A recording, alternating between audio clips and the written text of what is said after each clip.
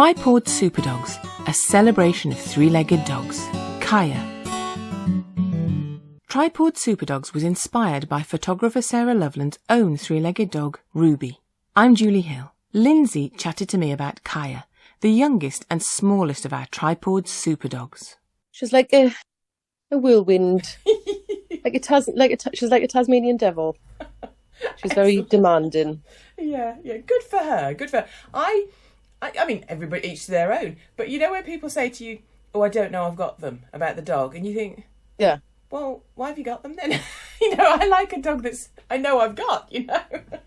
Well, yeah, I think, but I just put down to being the girl. Obviously, the others are boys, and they're like super chill. Yes, they do have their moments, but she's total different kettle of fish. Yeah, I think you're right. I mean, from our experience, I would go along with that. The girls are a bit more feisty and kind of go their own way a bit. Yes. And they're just like to dictate to you.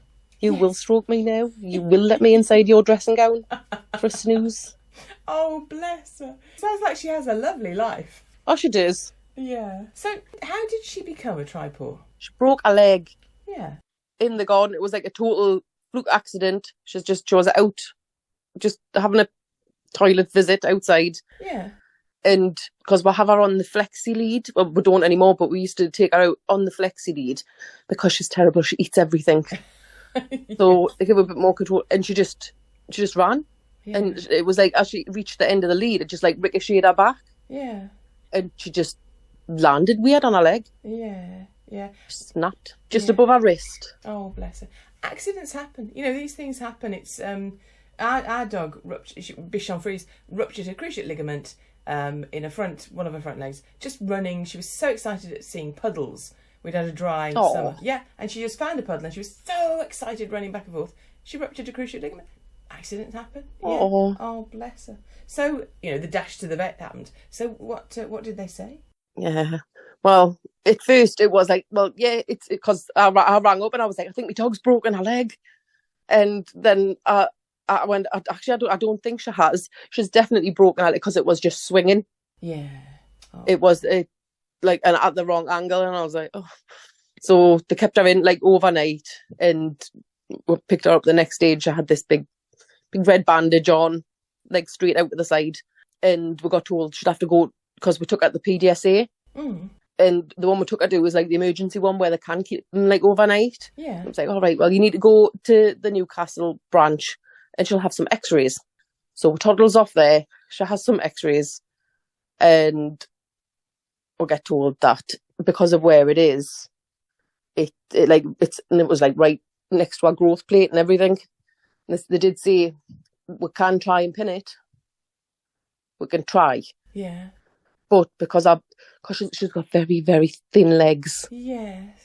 Yeah. Like the way they put it was, her legs are like chicken bones. Because obviously she was only 5 months old. Well, she was almost 5 months old. Oh, wow. So obviously her bones were still quite soft. Yeah.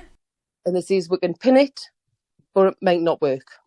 Yeah. And we might end up having to amputate it. Yeah.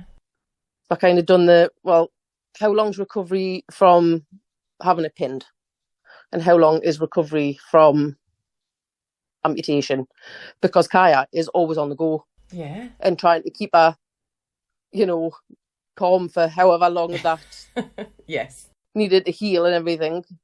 And there was like, it's like a couple of weeks for amputation. I says, well, if there's a risk that it won't work pinning, I says, just take it off. Yeah. Just take it off. Yeah, absolutely. It must have been such a shock, though. It was. Obviously, we did it wasn't like straight away. We did come home and we did talk about it. Yeah. And, discuss the options, and because she's my daughter's dog. Yeah. So, we decided that was probably going to be best. Yeah. Which, looking back on, it is because we're on we're on a few tripod groups on Facebook. And the amount of times people have said that their dogs broke their leg, they had it pinned, it didn't work. They had it pinned again and it didn't work. And then they've ended up having to have it amputated. But when you think, all that time. Yeah.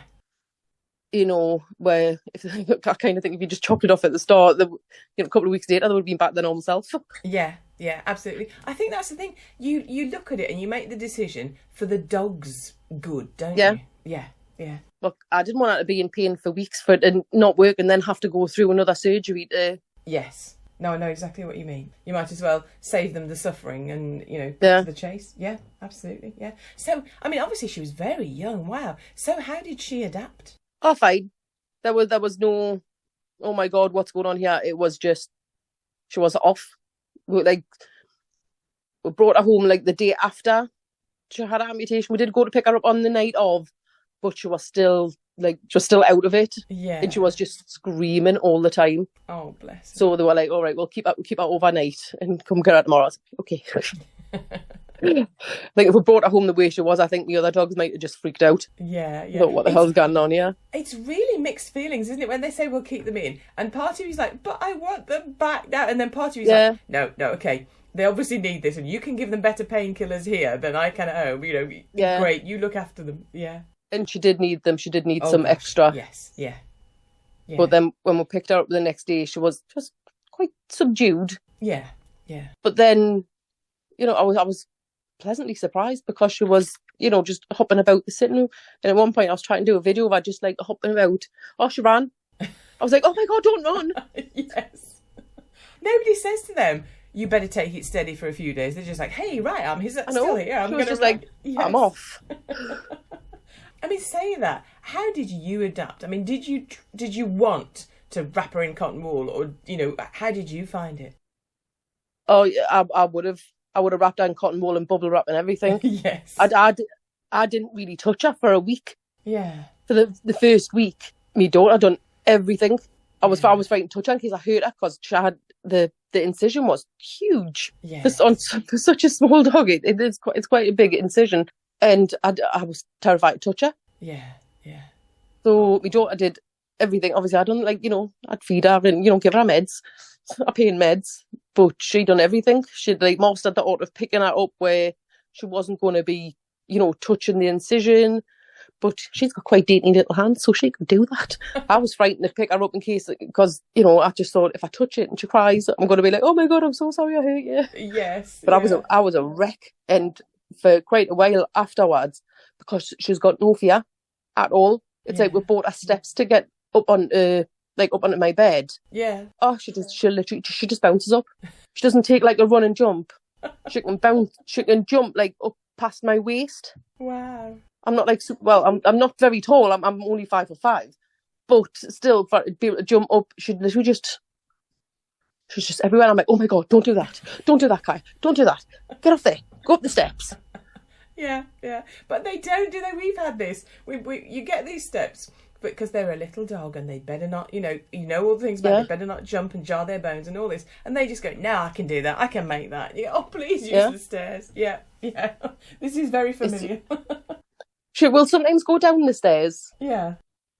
But she prefers to just jump. Yeah, yeah.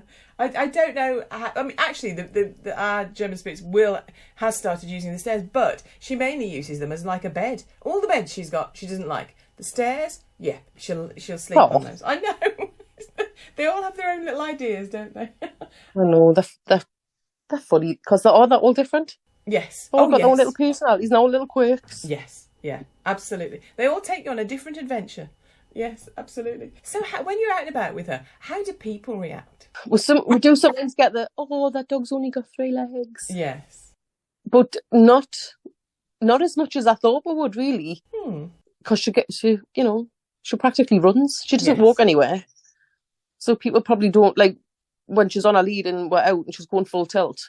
Because you can't just walk you can't just stroll along. They're speed walking because she's got to be going faster. If she goes slow, she falls over. Oh, bless. So it must obviously feel like the balance. Yeah. So the faster she goes, the more balance she has. Yeah. So people don't really notice, I don't think. Yeah. Do you know, it probably is balance, isn't it? I was thinking because years ago, my dad's border collie was actually, unfortunately, bowled over by a car and broke his leg. And that was in a cast. And when he walked, he would go tap, tap, clonk with this cast. But when he ran, he just went, oh, stuff this. Held the leg out to the side and just ran on 3 legs. Yeah. But you're right, I bet it is balance, isn't it? Yeah, yeah. But you definitely do see the difference when she's just she's just doing a little hop along, Yeah. and you can see her like having a bit wobble. Yeah. But when because she goes like it's like a steady jog, Yes. Yeah. and she balanced. There's no wobble at all. Yeah. Yeah. She sounds a real character. Have you got any funny stories about her? She's just crazy all the time. She sounds wonderful. Is there anything you'd like people to know about Tripawd dogs? That it's not as scary as you originally think it's going to be. Yeah. It's definitely harder for the owners than it is for the dog. Yeah. Obviously, that first bit is quite hard for them. Yes. But obviously, when you see them come home, obviously they are still in pain, even though they are on pain meds. And obviously, you do worry about them a lot more. She's got really long legs for a Chihuahua. Yeah. I think that's probably how she broke one in the first place, because they're abnormally long. Yeah. And I do kind of go, oh my God, if she breaks another leg, she's knackered. Can't take another one off. Yeah. Look after the ones you've got. Yeah, must protect them at all costs. Yes, absolutely. But it's definitely not as hard on them. Yeah. They adjust to it so quick. Yeah. I thought even my other two dogs would be like, oh God, what's happened to her? Why should she look different? But they didn't. No. Not bothered in the slightest. They weren't phased at all. Yeah. We saw a dog, it was actually at a sanctuary, but this dog had a back leg cart and could only sort of propel herself with her front legs. Yeah. And it was in the field with the other dogs playing. And they were just playing and running around. But the other dogs, when this dog with the cart went past them, she went at top speed. And they would just like kind of roll up into a ball. So she didn't get them. And then unroll from the ball and then carry on with it, you know.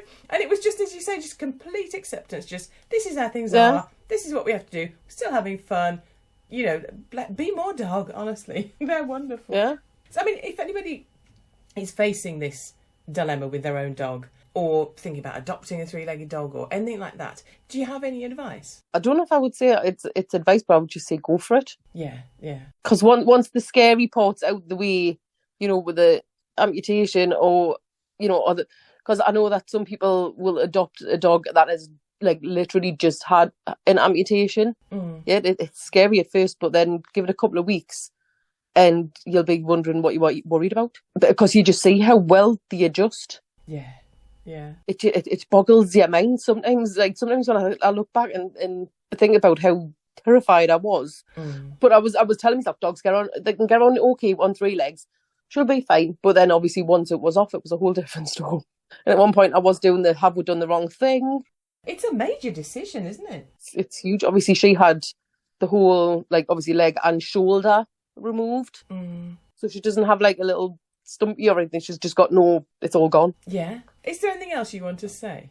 There's not much I can't do that she done before. She Yeah. can still, you know, she does all that, like sit, lie down. She'll give you a paw. Oh, bless her. All of that, which I thought she wouldn't be able to do without only having the one front leg. Yeah. But she is just crazy. Oh. She steals your socks. She steals your slippers. She doesn't like going to bed at night time, and I wouldn't say she attacks me daughter, but she does do the Yes. I get you kind of thing. Yes. But she doesn't. Playing. It's just like, yeah. Yeah. No, leave me alone. I'm happy in my mum's bed. And, you know, she likes to lie and just give herself a paw to cure. She likes to trim those nails into Velociraptor points. That will literally just shred your skin. I've never known a dog like that. She just lies and she's got a whole foot in her mouth. And she's just chomping away. I'm thinking, well, you got to chew that foot off. Oh, dear, She loves that. Yeah. You love your bros, don't you? You love your big bros. Yeah. Oh. I think they just tolerate her though, because they're old. Yeah. Like one's 11 and one's coming up 12. Wow. And the oldest he's going blind. Oh. So when she's downstairs, because she moves that fast, Yes. she has to have her harness and lead on. Because sometimes she'll dart past him and I think he must think, what the hell's that? And he like, because if he's just lying in his cage having a nap, and it's just a blur, I think. Yeah. Yeah. And he like jumps out and he'll try and pin her down and have a bark at her. Yeah, teach a youngster some manners. Yeah. Yeah. Oh. It hasn't worked. No. She's still absolutely crazy. I thought she would have calmed. Well, she has calmed down a little bit. Yeah. But not as much as I thought she would. Girls are definitely a whole different kettle of fish. Kaia sounds like she's a force to be reckoned with. You can keep up to date with her at Kaia's Tripawd Journey on Facebook. You can see Sarah Loveland's portraits of Kaia and all the Tripawd Superdogs at sarahloveland.com. And look out for the hashtag Tripawd Superdogs on social media. Hear more from Julie at dogcastradio.com. Tripawd Superdogs, a celebration of three-legged dogs.